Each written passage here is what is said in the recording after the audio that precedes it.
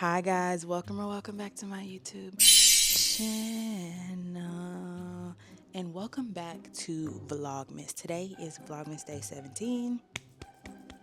I'm going to be telling you all of the books that I DNF'd in the year 2025. DNF stands for did not finish. I believe that there are 28 books in this little category that I have, and I DNF'd them for various reasons, so we're going to talk about that, but also whether or not I would revisit the book again in the future. So let's just jump right in. The first book that I had the pleasure of not finishing this year was The 3 Lives of Kate K by Kate Fagan. I DNF'd this at 20%. A lot of people were comparing this to Evelyn Hugo, and I just was not getting those vibes at all. I was very bored. Parts that I read, I couldn't really follow along with the story. I just wasn't getting any joy from this at all. And I felt like the comparison again to Evelyn Hugo was a crazy one. This is probably one that I would not revisit in the future. Next up is The Art of Scandal by Regina Black. I'm just going to start off by saying that I do at some point want to give this book another chance, but I DNF'd it at 34% because I was just bored. I think we're going to see that theme a lot. If I'm bored, I'm not going to keep reading. I was expecting Olivia and Fitz vibes.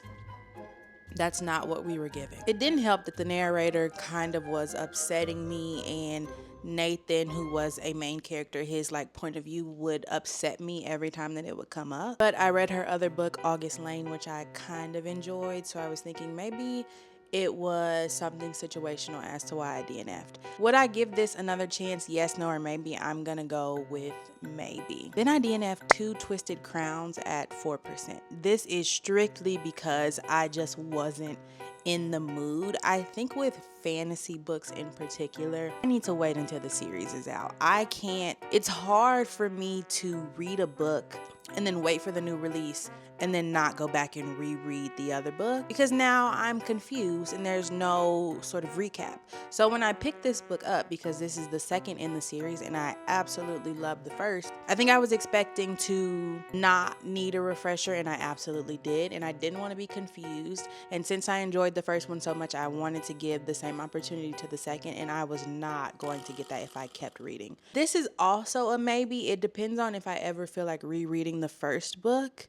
So I don't really know. I enjoyed the book that I did read, and I think that this other book could be fun, but I need fantasy books to have something that keeps me coming back. And so far, most of them have not had that. Unfortunately, I DNF'd Destructively Mine by Kristen Becker-Ritchie. This is book 2 in the Webs We Weave series. Yeah, I DNF'd this book at 42%. As much as I loved Burn Bright, which was also by the same authors, this series, I don't really know how I feel about it. I got an e-arc of the first book. They also sent me a physical copy, so I kind of enjoyed the first book, but it felt like there was too much going on, and I don't think the characters were as developed as I would have wanted them to be for me to keep reading. So I wasn't necessarily as interested in this universe as I am with that one back there. Would I revisit book 2? Maybe. It'll depend on if it seems like the series is still picking up, if people are excited about it. I do kind of look to others, obviously, for recommendations. So if it seems like people are loving the series, then I will revisit it.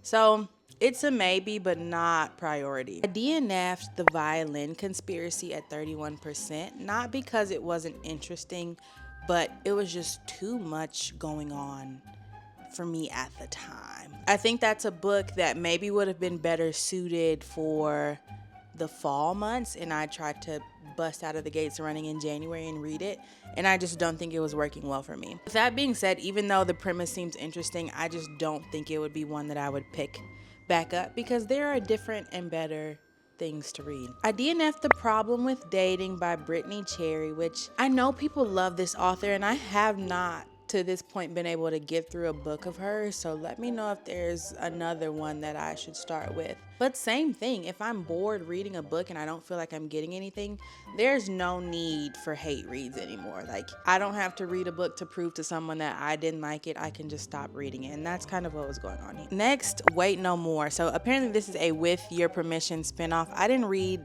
any of these books, and that might be part of the reason that I DNF'd, but this male main character was really controlling, so that combined with the fact that I don't know anything about, I guess, the main series that this is a spinoff of, there was just no return on my investment, so I DNF. Rachel Wise's group chat, not much to say here, just pretty boring. I Got You by Miss Je ne sais quoi. I definitely want to read these again, maybe with the audiobook instead. I tried to do a eyeball read and was not keeping up, very bored. So I think maybe a different format for this one. So we're gonna say yes to rereading this and hopefully enjoying it this time around. Finding Grace is another one that was not necessarily bad, just didn't feel right at the time. I remember correctly, this is kind of a story about traumatic things. Yeah, you have to be in the mood to read about traumatic things.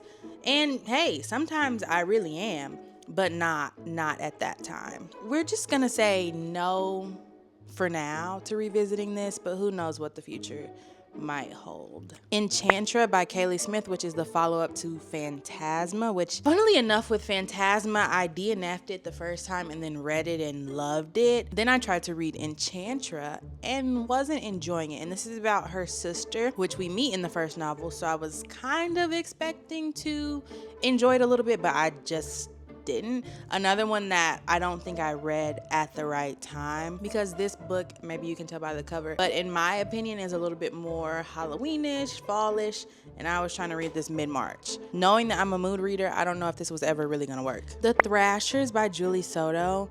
I think I will revisit this one. I DNF'd it at 54%, so I was pretty far in, and I honestly can't remember why I DNF'd it, but I did say that I wasn't enjoying my time. I just think the story was really confusing, like I wasn't following, and then out of nowhere we got this abusive dad storyline that in my opinion just didn't make any sense. So actually, will I revisit this? Probably not. It looks bleak, to be honest. Silver Elite by Danny Francis. What a waste of time. What a waste of time. I think so many fantasy books are trying to do the same thing. Like they're trying to be some weird mix of ACOTAR and Fourth Wing. They're all doing the same thing. And this was that. I don't know how far I got into this. Oh, I DNF'd at 51%. I don't even know how I got that far. This was my book of the month because the covers were pretty, but the inside is lacking a lot of substance. What Happens in Amsterdam by Rachel Lynn Solomon. This is another author that I just can't seem to get through her books. The narrators were upsetting me. The storyline was upsetting me. No need to revisit. No need to reread. The Love Haters by Catherine Center. She is truly my personal favorite hit or miss author. And this story in particular, it just felt so character driven to the point where everything was about her. Everything was about the way she thought. Everything was inside of her head. And there was nothing that felt like there was actually going on in the story. And I didn't care about being in her head that much. So I DNF'd it. And I'm not going to reread it, if that wasn't clear. Black Hamptons by Carl Weber. I do want to be able to read this book, but there were so many POVs that I couldn't focus. I think this is one that I wouldn't be able to read other things. Like I would have to sit down and dedicate my time to just reading this, which is fine. I just haven't found the time yet that I feel like, okay, I want to sit down and dedicate my reading experience to this particular book. And it's a series, I think, or like a world that he's created. So that is also a little intimidating, but I love drama and I love mess. So this could be a place to find that. Ride With Me. I don't really care about F1 romances, and it's okay to not try to convince myself that I do. I didn't even really like the first book in the series, but I gave this one a chance because the female main character was black. So it wasn't making me happy, so I stopped reading it. Made for Each Other by Lynn Painter. Another hit or miss author for me. Unfortunately, this was pretty boring. Fake dating for me has to be done in a certain way. I'm also not really partial to broke main characters on either end. I like my characters to have a little bit of money, or at least to not be struggling. So when the storyline is built around you not having any money and fake dating a man that has money, it automatically rubs me the wrong way. So DNF this one. Finders Keepers by Sarah Adler. I DNF this at 4%, so that probably means I read about 6 pages, and I just decided that I didn't want to read it. Sometimes it's as simple as opening the book, right? First page, this isn't for me, and putting it down. I'm not going to judge you. Who's going to judge you? This is your reading experience. And for me, that was going to give me nothing. Love Letters to a Serial Killer by Tasha Coriel. I read this one because I read Matchmaking by a Psychopath, which I loved, which I told you guys about as many chances as I could. So I was thinking, well, let's read the author's backlist, and I did. Wasn't thrilled. Cosmic Love at the Multiverse Hair Salon. I saw what it was trying to do. I even appreciated what it was trying to do, but it didn't do it. So I didn't read it. Sky Daddy by Kate Folk. First, I don't really love flying, for one. So when I started reading this book and she's talking about this sexual fantasy that she has with a plane, and how her dream is to like get in a plane and they make love by crashing, that's insane. Someone needs to check on the author. That's insane. I just don't want to read anything about you wanting to have sex with a plane. So I couldn't even get to her potentially finding the love interest, which I think would have been maybe a pilot or someone that she met on the flight, because she focused so much on wanting to sleep with the plane and feel its engine, and that's just nasty. I wasn't interested. Happenstance by Tessa Bailey. This was a there were 3 male main characters in this. There were 3 love interests. It just was not believable at all for all of this to happen over the course of a couple of days. They fell in love with this woman, was willing to give up everything for her. It wasn't logical. And don't get me wrong, some books require you to suspend a certain amount of reality to get through. That shouldn't be a romance book though. It wasn't believable, so I stopped reading it. Are we starting to see a theme now? Like, if you're not enjoying your time, stop reading it. The Man No One Believed, the untold story of the Georgia church murders. I DNF'd this at 40%. I, again, was bored. I think I enjoy things like this in a documentary or a show. The medium truly is the message, because I don't want to read a true crime book. Felt like watching paint dry. I tried to step out of my comfort zone and read something else, read something different, read something new. Didn't like it. Good Spirits by B.K. Borison.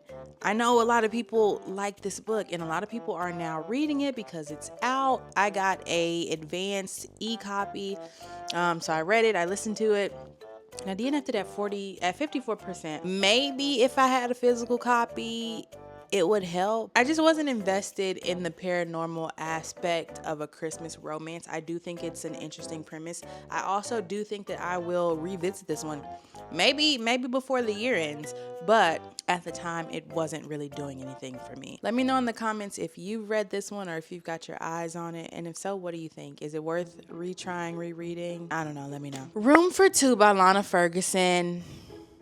I think I need to let go of the Lana Ferguson that I loved in my head, because these books are not that.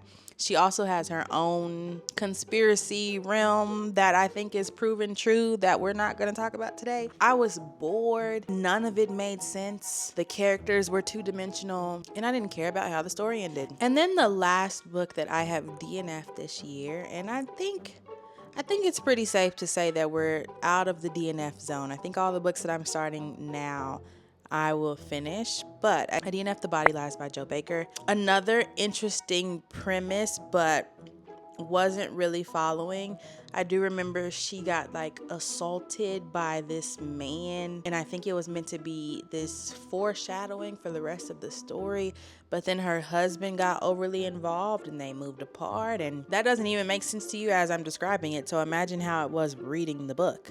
So I DNF'd it. All right, you guys, that was a quick rundown of all of the books that I decided to not finish this year and whether or not I would reread or revisit some of them. Let me know how many books that you DNF'd, or are you a DNFer at all? Because I know for a while I refused to DNF any book. I thought I had to see it through. I felt like I was going to have some type of FOMO if I didn't finish. So I was not DNFing at all. Now as you could probably tell from this video, after a page, if I'm not having fun, after a chapter, and you know what? After half of the book, if I'm not enjoying it, you can stop at any time. So that's something that I've learned this year and is also very freeing as a reader, because imagine if you stopped reading things that you didn't enjoy. That opens up the space for you to read things that you do. And I think that's in part why some of my reading experiences have been so much more positive this year, because I'm only reading things as long as they serve me. Thanks for hanging out with me during Vlogmas Day 17. We have 8 more days left. So I will see you here tomorrow. Same place, youtube.com, same YouTuber, Cameron's Library. Maybe a different time. Literally depends on when I feel like cutting something together and posting it. Let me know in the comments down below what you DNF'd this year, and I will see you tomorrow in the next video.